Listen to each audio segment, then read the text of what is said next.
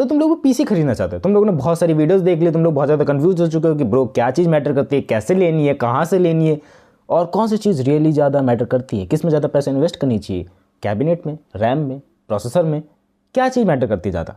और तुम लोगों ने बहुत सारे गाइड्स देख लियो तो तुम्हारा दिमाग में एकदम भसड़ मच चुकी होगी कि ब्रो रियली क्या मैटर करता है। अगर तुम लोगों को फुल फ्लैक्स चीज़ें जाननी है तो मैंने पहले भी वीडियो बना रखी है, जाकर उसको देख लेना, क्योंकि इसमें मैंने एक एक पार्ट को समझा रखा है। बट मैं ये एक नॉर्मल गाइड नहीं रखने वाला हूँ कि ब्रो ये चीज़ करनी चाहिए तो ये चीज़ हो जाएगी। देखो मैं तो ये सिंपल सादी बात बता के चलता हूँ कि ब्रो एक होता है कैबिनेट, एंड कैबिनेट के अंदर लगते हैं 4-5 कॉम्पोनेंट। कैबिनेट मतलब वो जो बड़ा सा डब्बा आता है एंड उसके साथ तुम्हें monitor, keyboard, mouse, that's it. उस कैबिनेट के अंदर ही तुम्हारा माल मसाला लगता है एंड उसके आगे ही चीज़ें होती है बेसिकली। कैबिनेट के अंदर तुम लोगों को मेन चीज़ आ जाती है जो हम लोगों ने स्कूल में भी सीखी है, that is processor. And processor is the main thing. वो दिमाग होता है एंड दिमाग में तुम जितने ज़्यादा चीज़ें भर सको, दिमाग में तुम जितने ज़्यादा पैसे लगा सको, उतनी ज़्यादा चीज़ें लगानी चाहिए। दैट्स अ सिंपल फंडा।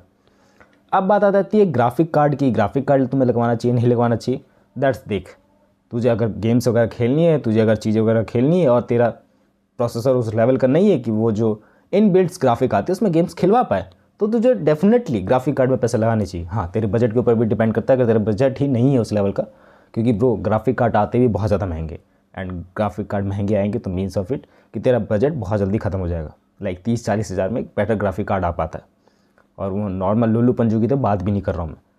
सो उस हिसाब से सोच समझ कर चलना। अब प्रोसेसर की बात कर लेते हैं कि ब्रो मार्केट में तुम्हें बहुत सारे ऑप्शन मिलेंगे, लेकिन कंपनी तुम्हें दो ही मिलेगी, इंटेल एंड AMD।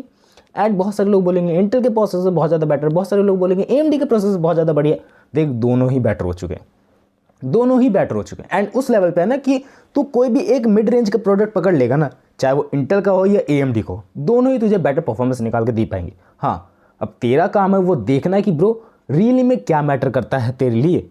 तुझे मे बी गेमिंग ज़्यादा करनी है, तुझे मे बी प्रोडक्टिविटी वाले काम ज़्यादा करने हो, सो उस हिसाब से तुझे अपने प्रोडक्ट चूज़ करने होंगे। अब ये पता कैसे चलेगा कि ब्रो क्या चीज़ बेटर है क्या चीज़ बेटर नहीं है। देख मैंने पहले तुझे बता दी, तुझे ज़्यादा कंफ्यूज होने की ज़रूरत नहीं, क्योंकि ऑलरेडी मार्केट में बेटर प्रोडक्ट्स एग्जिस्ट करते हैं।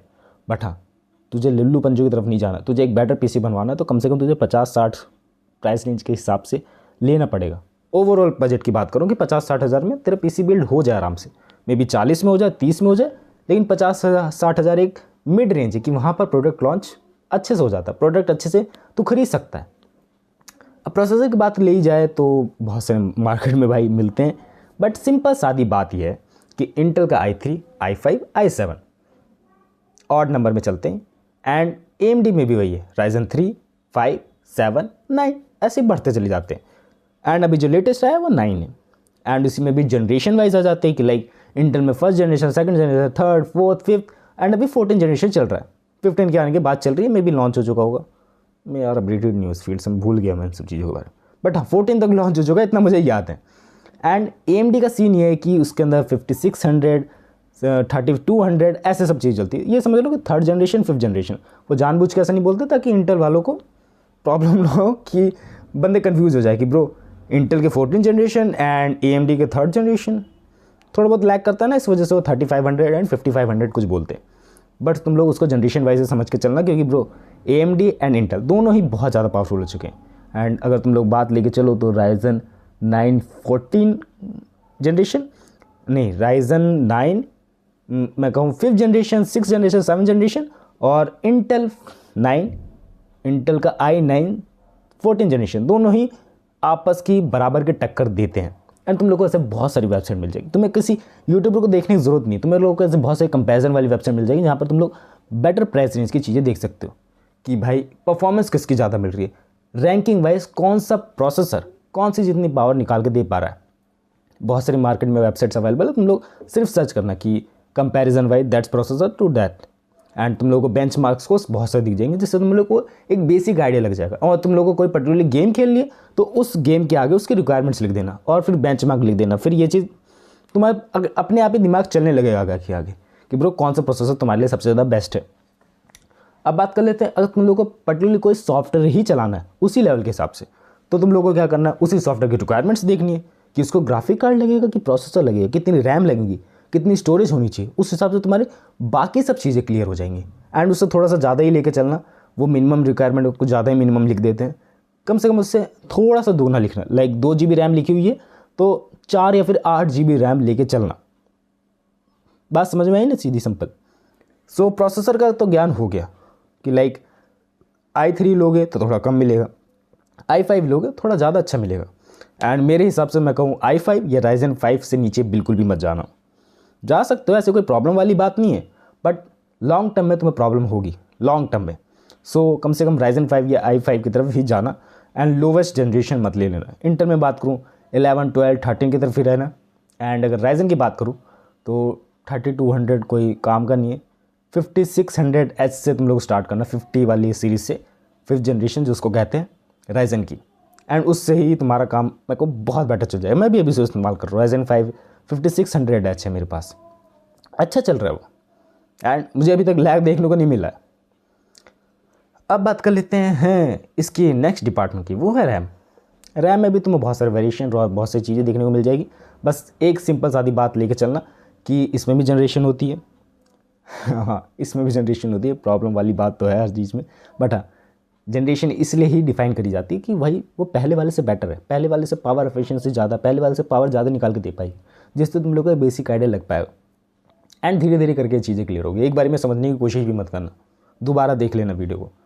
देख, अब कंप्यूटर में मैं रैम की बात करूँ तो भाई 8 GB या 16 GB वाली तो तुम्हें पता है, 8 या 16, इससे नीचे मत जाना। मिनिमम तुम लोग 16 लेके चलना, बट बजट नहीं है तो 8 GB की एक स्टिक लगवा लेना एंड 16 GB बाद में अपग्रेड करा लेना। अब 3200 मेगाहर्ट्ज़ के लिए, 3400 मेगाहर्ट्ज़ के लिए ऐसे तुम लोगों को बहुत सारे मार्केट में मिल जाएंगे। देख, तुम्हारा बजट जितना अलाउ करो उस हिसाब से तुम लोग मेगाहर्ट्ज़ चूज़ कर सकते हो। बट हाँ 3200 megahertz is a sweet spot. उससे नीचे भी आएंगे लाइक 2800 मेगाहर्ट्ज़ कुछ की, या 2600 मेगाहर्ट्ज़। रिकमेंड नहीं करता हूँ, बट यार फिर तुम्हारे बजट के ऊपर बात आ जाती है कि ब्रो तेरा बजट रेंज कितना है, एंड उस बजट रेंज में वो चीज़ बढ़िया मिल सकती है।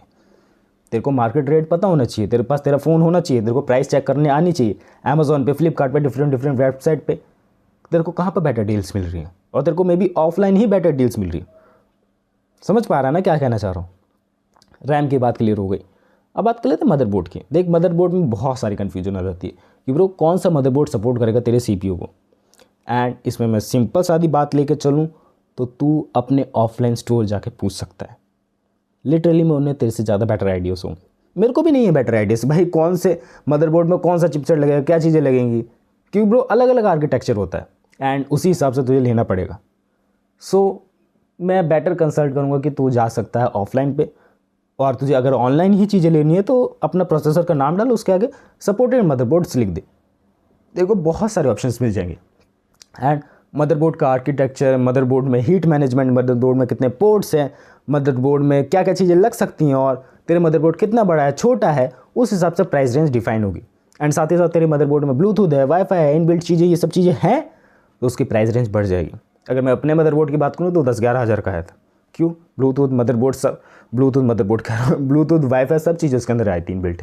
सो that's why they costly a lot, and उसके अंदर ज़्यादा पोर्ट्स भी है, ज़्यादा ऑप्शंस भी मेरे पास है, ज़्यादा फ्रीडम है, कस्टमाइजेशन, एंड गीगाबाइट ब्रांड का नाम भी है। तो that's why that charge is a lot, not gigabyte. MSI का मदरबोर्ड है मेरे पास, सो उस हिसाब से उसकी प्राइसिंग भी बहुत ज़्यादा है। एंड इन अ फ्यूचर मैं अगर अच्छा कैबिनेट लेता हूँ तो मैं कंट्रोल भी कर पाऊँगा बहुत सारी चीज़ें। So that's why I choose it maybe in a future, in a future definitely. So हाँ, ये हो गई तेरी 3 मेन बात। अब बात कर लेते हैं पावर सप्लाई की। बहुत सारी चीज़ें ना ख़त्म नहीं हो रही, चिंता मत कर, ये चौथी चीज़ है। एंड एक एडिशनल चीज़ है वो जो तुझे लेनी ही पड़ेगी, that is storage. Power supply की बात लेके चलूँ तो पावर सप्लाई भारत तेरे को बहुत अच्छी मिल जाएंगी मार्केट में, बट हाँ सर्टिफिकेशन वाली लियो अगर तू अच्छा PC बिल्डअप कर रहा है। अगर मैं ये नहीं कह रहा हूँ कि 10-15 हज़ार का PC बिल्ड कर रहा है तो तू भाई 5-6 हज़ार की अपनी पावर सप्लाई ले ले, दैट्स डजंट मैटर। मैंने 100, 200, 250 वाली पावर सप्लाई भी यूज़ करी है, वो चलती है, but that's depend on your PC। अगर तूने अच्छा PC बिल्ड करा तो तेरे को अच्छी पावर सप्लाई लेनी चाहिए जिसमें ब्रॉन्ज प्लस सर्टिफिकेशन कुछ आती हो, B+, ब्रॉन्ज प्लस, एंड ऐसी बहुत सारी सर्टिफिकेशन आती है। और एंटी स्पोर्ट की बिल्कुल भी मत ले लियो, फूक जाती है उनकी भाई। खासकर बात करी जाए पावर सप्लाई, बाकी अदर कंपोनेंट्स मैंने यूज़ नहीं करे, बट उनकी मेनली पावर सप्लाई फूक जाती है। मैंने सुना है एंड बहुत लोगों के रिव्यूज़ देखे। एक टिप दे दी मेरे, एक मैंने टिप दे दी तेरे को, पता नहीं क्यों अटक जाता हूँ बीच में ना। पावर सप्लाई बात होगी। अब नेक्स्ट थिंग भाई, सब कुछ स्टोर कहाँ करेगा तू? स्टोरेज में ना, तो स्टोरेज तो लेनी ज़रूरी है। एंड बताने की तो ज़रूरत है नहीं कि ब्रो तुझे SSD लेनी है, बट कैसे लेनी है इसमें भी जनरेशन आ जाती है, इसमें भी जनरेशन है। अभी Zen 4 की SSD लेटेस्ट वाली चल रही है। अब तू SATA वाली SSD अवॉइड करो। अगर तूने अच्छा मदरबोर्ड लिया होगा तो उसके अंदर वो चिप वाली लगती होगी, क्या कहते हैं उसे, M.2 SSD लगती है। सो उसको इस्तेमाल तू कर सकता है। दैट्स व्हाई मैंने कहा था कि मदरबोर्ड में जितना ज़्यादा पैसा इन्वेस्ट करेगा इन फ्यूचर तुझे उतनी ज़्यादा फ्रीडम मिलेगी। Depend on me. एंड अभी मैं बात करूँ, अभी मेरा PC ऑलमोस्ट 10-15 सेकंड में ऑन हो जाता है। अगर मैंने M.2 वाली SSD ली होती सो ये 5 सेकंड में ऑन हो जाता है। That's a power of the M.2 SSD। Storage की भी बात खत्म हो गई। स्टोरेज में तुझे जनरेशन वाइज जाना है, जितनी ज़्यादा स्टोरेज तुझे रिक्वायरमेंट हो उतनी ज़्यादा ले सकता है। 500 GB यार मिनिमम है। मैं 250 GB में बहुत ज़्यादा स्ट्रगल करता हूँ, तो मैं मिनिमम कह रहा हूँ। 500 GB वाले भी स्ट्रगल करते हैं, बट उतना नहीं जितना 250 GB वाले करते हैं। और उससे ज़्यादा तू 1-2 TB के ले सकता है, बहुत बढ़िया ऑप्शंस रहेंगे तेरे पास। ये बात हो गई। अब तुझे PC बनवा लिया, तूने एक घटिया सा मदरबोर्ड ले लिया, घटिया से मदरबोर्ड नहीं, घटिया सा मॉनिटर ले लिया। सो ये बहुत दुखदाई बात है। तुझे एक बढ़िया मॉनिटर में इन्वेस्ट करना चाहिए। फिर से कह रहा हूँ, that's depend on your thing. Like अगर तुझे प्रोडक्टिविटी वाले टास्क करने हैं, वीडियो एडिटिंग करनी है, ग्राफिक डिज़ाइनिंग करनी है, सो तेरे को कलर करेक्शन जिसमें सबसे ज़्यादा हो और कलर एक्यूरेट सबसे ज़्यादा जिसमें आ पाए, वैसी तेरे को डिस्प्ले लेनी चाहिए। बट अगर बात करी जाए तुझे गेमिंग करनी है, तो तुझे देखना चाहिए कि गेमिंग के हिसाब से बेटर मॉनिटर कौन सा है। FPS सबसे ज़्यादा किस में देखने को मिलते हैं, स्मूथ गेम सबसे ज़्यादा किस मॉनिटर में दिखेगी। तेरे उसमें कलर मैटर नहीं करेंगे, तेरी स्मूथनेस मैटर करेगी।